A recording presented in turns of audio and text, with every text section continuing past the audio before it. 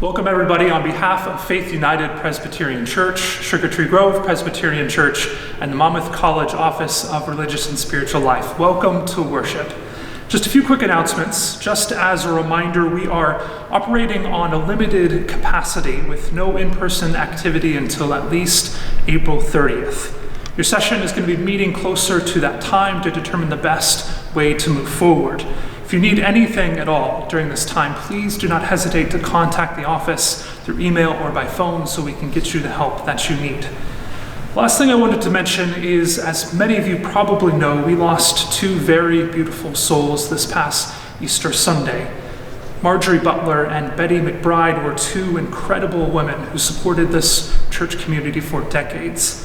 Although we can't gather at this time to remember their legacies, we will be holding memorial services at a later date.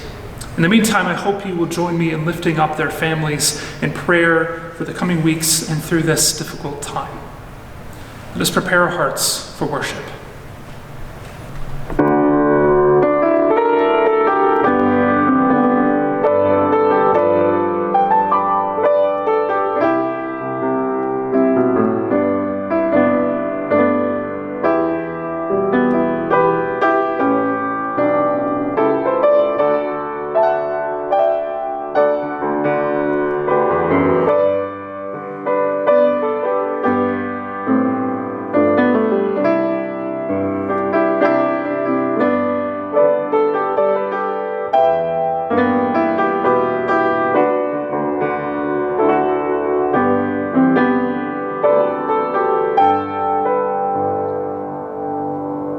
I invite you to join me in a responsive reading based on Psalm 16. When I say, "Protect me, O God," I invite you to respond, "I take refuge in you." I say to God, "You are my God. I have no good apart from you. Protect me, O God. I take refuge in you." I praise God who gives me counsel. Even at night, my heart instructs me. I keep my eyes fixed on God. Because God is at my right hand, I will not be shaken. Protect me, O God. I take refuge in you. Therefore my heart is glad and my soul rejoices. My body also rests secure. For you do not give me up to the place of the dead, or let your faithful one see the grave. Protect me, O God. I take refuge in you. You show me the path of life, O God. In your presence there is fullness of joy. In your right hand are pleasures forevermore. Protect me, O God. I take refuge in you.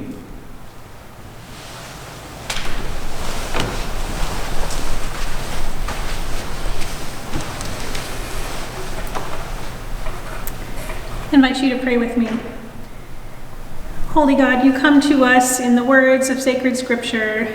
Your story is proclaimed and heard as we gather in worship, and you are revealed to us. We ask that you would be in our hearts and our minds. Help us hear our story in your story. Amen. Our scripture reading for today comes from John's Gospel, chapter 20, verses 19 through 31. When it was evening on that day, the first day of the week, and the doors of the house where the disciples had met were locked for fear of the Jews, Jesus came and stood among them and said, "Peace be with you." After Jesus said this, he showed them his hands and his side, and then the disciples rejoiced when they saw the Lord. And Jesus said to them again, "Peace be with you. As the Father has sent me, so I send you." And when Jesus had said this, he breathed on them and said to them, "Receive the Holy Spirit. If you forgive the sins of any, they are forgiven them. If you retain the sins of any, they are retained." But Thomas, who is called the twin, one of the 12, was not with them when Jesus came. So the other disciples told him, "We've seen the Lord."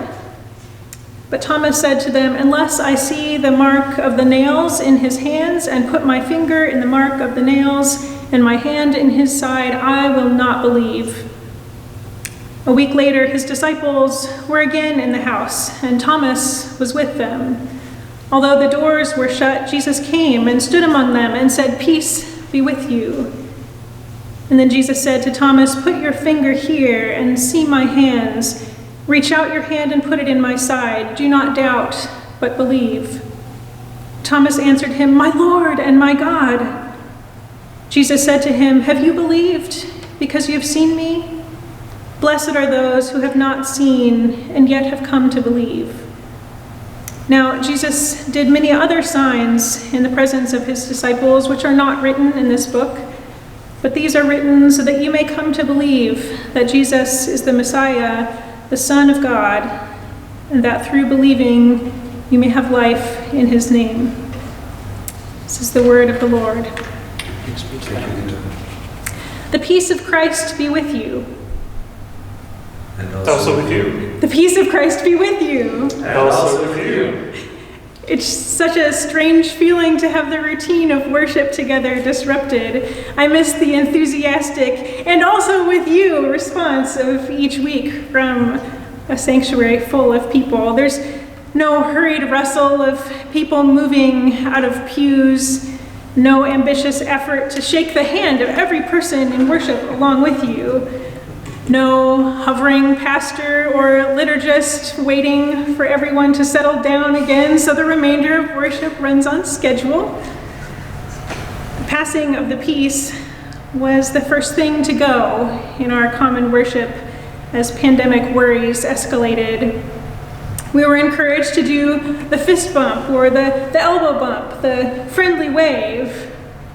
I'll be honest, I'm an introvert by nature, so the passing of the peace is usually my least favorite part of worship. So I wasn't particularly sad to see it limited. But now, reading this passage from John's Gospel, I feel the absence of it more keenly. I feel in my current life something of the fear Jesus' disciples might have felt, afraid to unlock the doors and go outside because of the risks involved. I wish for the weekly reminder of the peace that is with us. The last in-person worship service I attended before our shelter-in-place orders was at the Dexter Avenue King Memorial Baptist Church in Montgomery, Alabama, where Martin Luther King Jr. was pastor for several years. That Sunday in March, I had 5 Monmouth College students with me, and we gathered with members of the congregation and many visitors from around the world. This was all as the fear of coronavirus was just starting to descend on us, and the pastor preached a message about living by faith instead of being consumed by fear in the face of the coronavirus. And we soon discovered our faith would be put to the test, as the passing of the peace involved numerous rounds of hugs.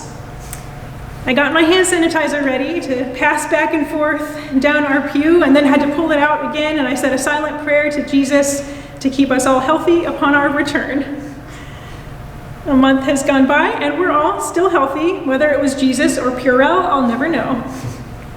I do know that the peace of Christ was unexpected and risky. In my own home, behind closed, locked doors, I'm reflecting often that the Easter season doesn't always look the way we expect it to. I'm recognizing as many churches have canceled or postponed Easter, that the resurrection doesn't wait for us to show up. It doesn't wait for us to come searching. The resurrection just is. It's revealed. It isn't stopped by our doubts and fears. If John's gospel account is to be believed, it shows up again and again for us to see if we will look for it. Thomas gets all the grief in this passage for being the doubting apostle, but he's really just asking for what all the others have gotten, the chance to see and believe. Just a few chapters earlier, other disciples and witnesses see and believe. When Simon Peter and another disciple first reach the empty tomb, they see and believe. Mary Magdalene goes to the disciples announcing, "I have seen the Lord." Jesus appears to the disciples several more times before the conclusion of John's gospel, and their belief doesn't last long without sight. And all throughout John's gospel, people are led to believe by sight and experience public miracles. At the same time, John's gospel was written for a community asked to believe without sight. And so it seems fitting for this Sunday in the Easter season that we all find ourselves fearfully sheltering in place, just as Jesus' disciples found themselves in the days of resurrection. For some of us, it's the coronavirus that makes us fearful of illness, of spreading disease, fear of death. I find myself constantly weighing the risk of an extra trip to the grocery store, facing the question, what happens if I get sick? For some of us, this sheltering time means fear of job loss, of making ends meet on already tight budgets. We shelter in the place of our hearts, in fear of emotions that emerge when we're forced to live in close proximity with other complex human beings. If Jesus showed up in your house right now, what peace would he bring? What spirit would he breathe into your hearts and minds and those who are with you? The resurrection doesn't just happen when we're all gathered together in the sanctuaries and pews we've loved for so long. Christ is risen in our homes, in the midst of messiness. Christ is risen when your 5-year-old is sobbing in a puddle of goo on the living room floor. Christ is risen when your students protest and refuse to do work because the current state of affairs is not real school. Christ is risen in the grief of loss and death, and is risen in those places when darkness seems to have the last word.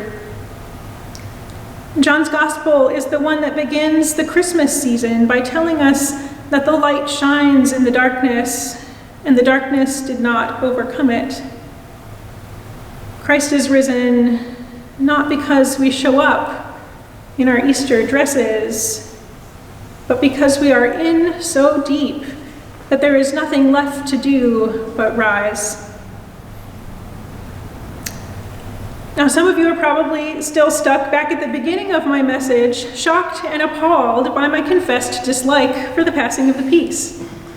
It's partly my introvertedness, as I mentioned, but it's something more challenging too.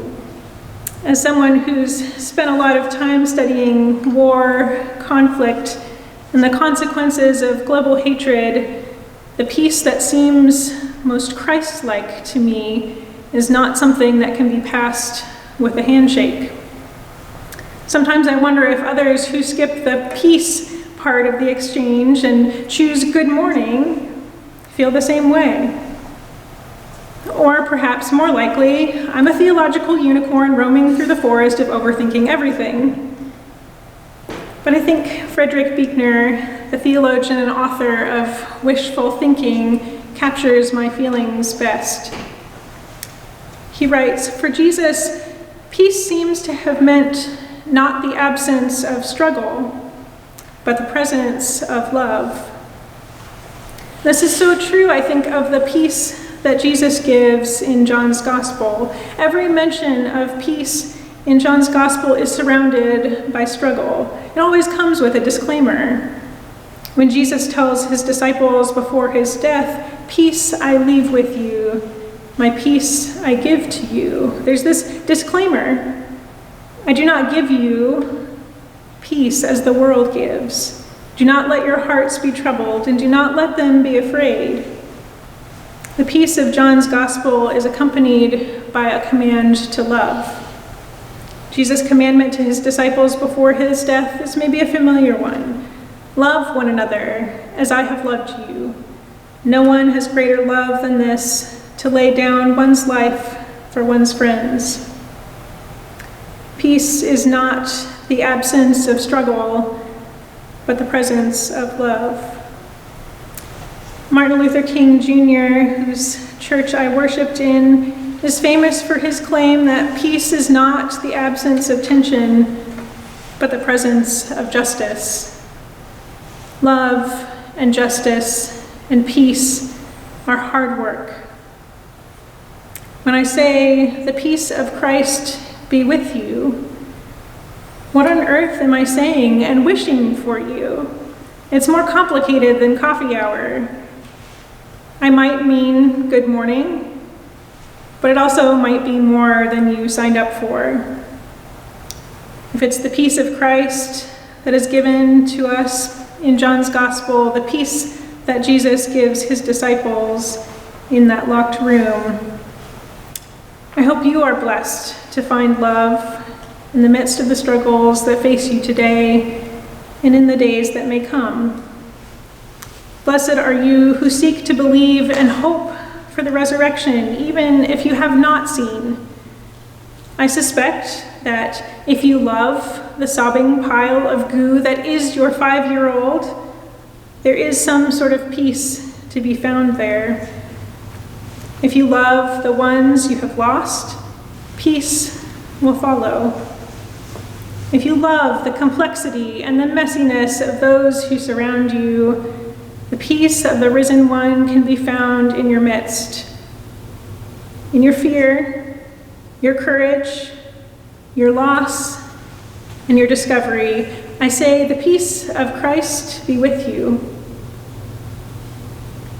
And now to the one who gives us the peace that passes all understanding, be all glory and honor, now and forever. Amen. I would like to dedicate the singing of On Eagle's Wings to the friends that we lost this past week.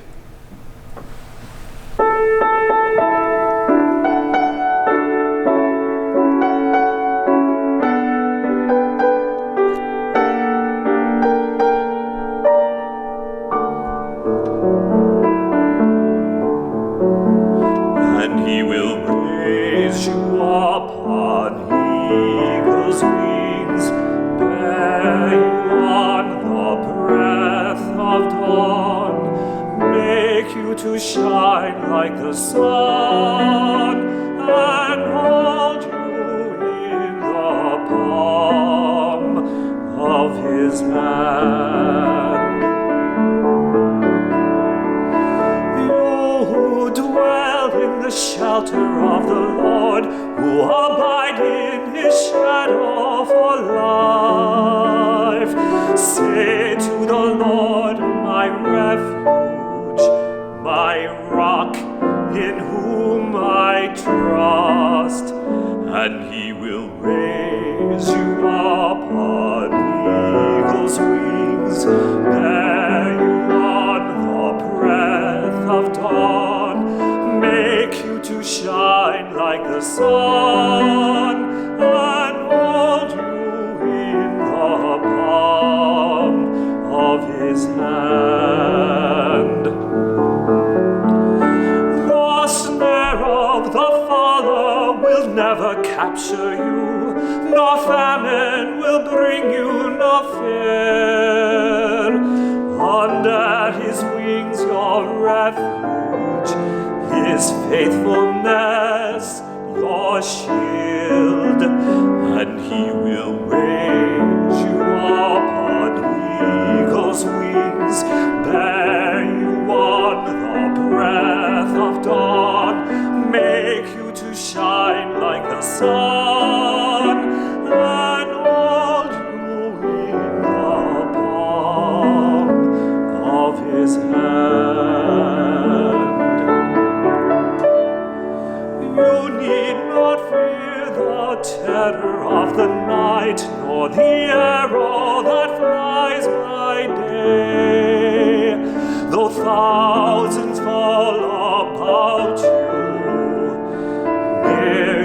it shall not come, and he will raise you up on eagle's wings, bear you on the breath of dawn, make you to shine like the sun, and hold you in the palm of his hand. For to his angels he's given a command to guard you in all of your ways. Upon their hands they will bear you up, lest you dash your foot against a stone.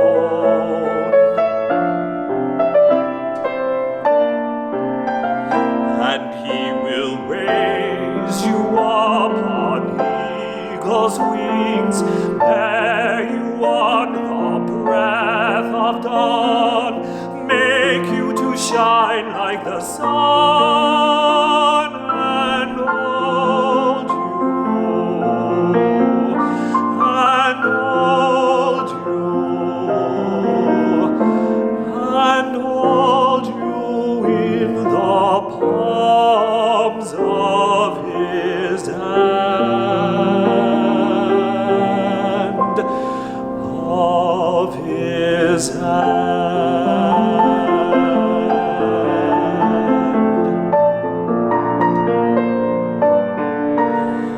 of God's hand.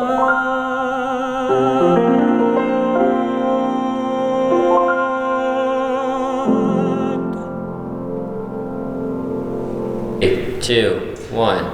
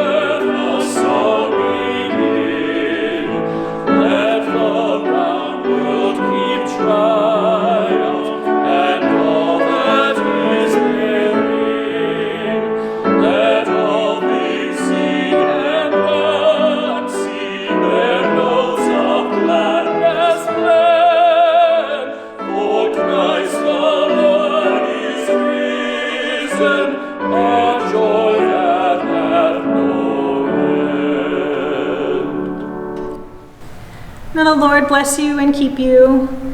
May the Lord's face shine upon you and be gracious to you. May the Lord lift up God's countenance upon you and give you peace, now and forevermore. Amen.